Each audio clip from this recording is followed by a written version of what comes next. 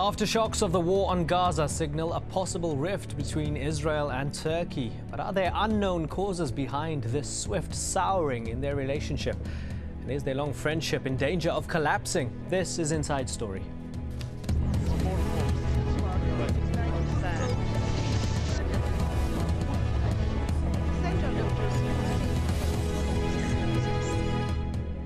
Hello and welcome to the program. I'm Imran Garda. Look in the mirror. Israeli Major General Avi Mizrahi has reportedly said to the Turkish Prime Minister Tayyip Erdogan. Is this a response to Erdogan's strong criticism of Israel's occupation of Palestinian lands?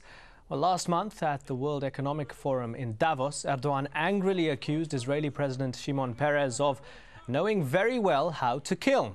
He also criticized Israeli policies and actions towards the Palestinians, who he said lived in an open-air prison.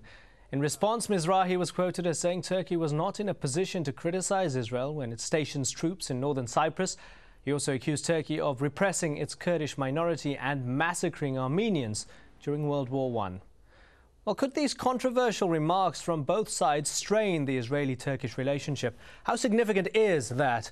Well, over the years, Turkey's relationship with the regional players has evolved in a very unique way. It's been perceived as friends of both the Arab countries and Israel. Both sides have accepted Turkey as an honest mediator. Erdogan was responsible for bringing Israel and Syria together for indirect peace talks after years of cold conflict. Turkey also initiated a dialogue with the Palestinian Islamist group Hamas. Lately, Turkey has been more critical of Hamas, but continues to say it should be included in peace talks with Israel. This, in addition to the remarks in Davos, has been praised by the Arab world.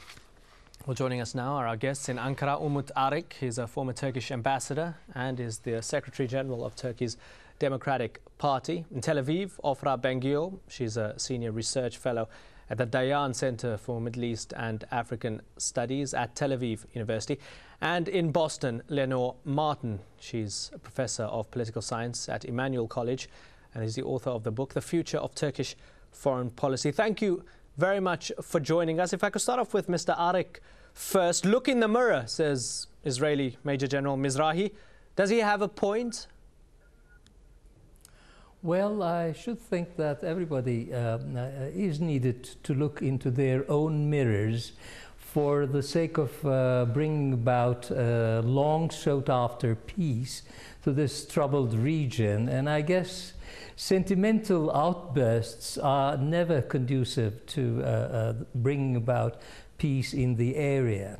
What I would like to suggest is that both from the military and the political sides, the actors in the equation should look into the opportunities that would be brought about for bringing the two sides of the equation together.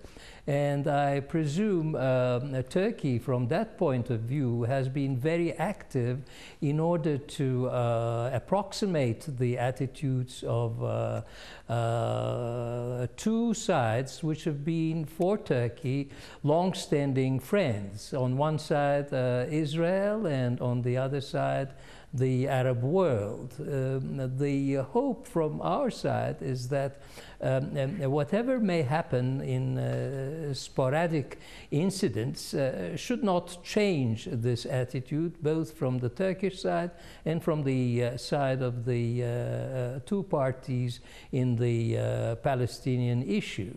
What we really say from the Turkish side for a very long time is what is also mentioned by the quartet and by the Arab world, based on the so-called Abdallah plan, considering that there should be two states and there should be arrangements regarding settlements, and there should be an exchange of territory for peace, as well as solutions to migrants of Palestine and Golan. So that's my answer to your first question, sir. Ofra Bengio, shouldn't Israel realize that its actions in Gaza and with the occupation in general are so deplorable and indefensible that even close allies have broken ranks and have vented their anger? Well, the story of Gaza, as you know, is something which Israel has to solve, and we have been waiting for 8 years. You know, the shelling were continuing for 8 years, and nothing happened. And Israel had to go for this attack. But on the other hand, I don't think that this should in any way break relations between us and Turkey. In the past, there were certain times where there were crises between us and the Palestinians, and then after a while, relations were, started from where they were left. So what I need to stress is that between Turkey and Israel, there are no bilateral problems whatsoever, quite the contrary. And as we expect Turkey, we don't interfere usually in her own affairs, so maybe Israel should also try and see to it that Turkey should be the honest broker in any attempt to solve the problem, either between us or in Syria or between us and Hamas. The problem with Hamas that they do not want to realize that Israel exists, and they do not want to have Israel exist in this region. So this is the main problem. Had the Hamas wanted to sit with us and talk to us peace and to agree to our existence, I think that Turkey would be the first country to be the mediator in this case. As you know, we were very willing to have Turkey as mediator between us and Syria, and it was Syria which decided to stop the mediation in the middle. Lenore Martin in Boston. So, in my opinion, in spite of the fact that okay, let me move on to Lenore Martin. What I'm saying. Could we just move into Lenore Martin for a second? I want to ask if it's more than just Gaza for Recep Tayyip Erdogan. When we look at Israel's influential role with the Iraqi Kurds in the north of Iraq on the border with Turkey and some other issues, is it more than just the latest issue of Gaza, which has upset Recep Tayyip Erdogan? I think you really hit a very important point, that this ongoing relationship since the early to mid-1990s with Israel remains a very important relationship for Turkey. Militarily, economically, even the Israel lobby here in the United States has been very supportive of Turkey. At the same time, Turkey has increased and deepened its relationships throughout the Middle East. As Dr. Bengio points out, and also the ambassador points out, Turkey's been very involved with mediations with Syria, but they've also looked, their relationships have increased in the Gulf as well. Recently, we've seen a strategic cooperation agreement signed with a memorandum of understanding leading to a strategic cooperation with the Gulf Cooperation Council, a signing of an agreement, another memorandum of understanding with Kuwait, talking about strategic cooperation, increased trade with the Gulf. So you're seeing on the part of Turkey a real strengthening and broadening of its interests in the Middle East. And I think that, combined with a real sympathy in the Turkish populace towards the Palestinians, has really, and Erdogan himself, Prime Minister Erdogan himself, having real sympathies, I think, towards the plight of the Palestinians. So I think these are the issues that contributed to the outburst in Davos.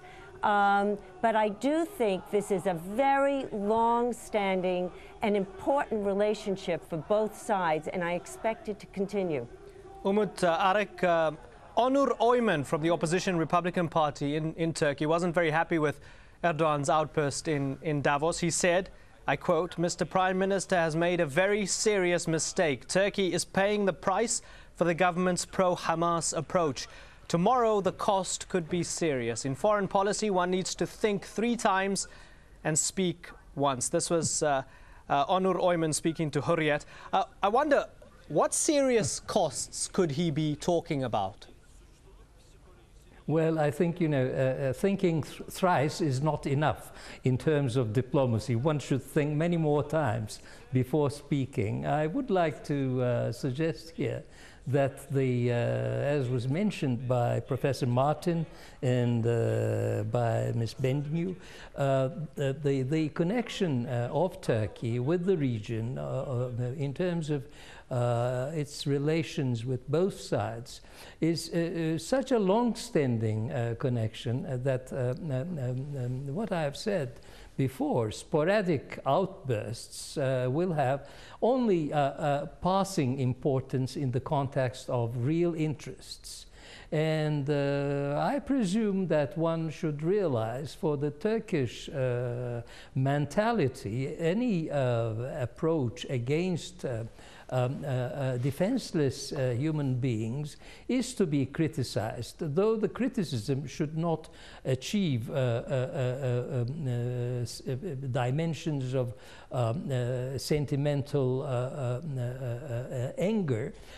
We had the same sort of feeling, for instance, for the German Jewry during the Second World War. The attitudes that resulted in a Holocaust against the Jews were criticized in a very definite way, and Turkish diplomacy in Paris, in the Dodecanese Islands, in various parts of the world helped the immigration, the migration of the Jews. So I would suggest that this outburst in Davos, the so-called outburst in Davos, is only a humanitarian attitude, and I hope that everybody will understand it as such.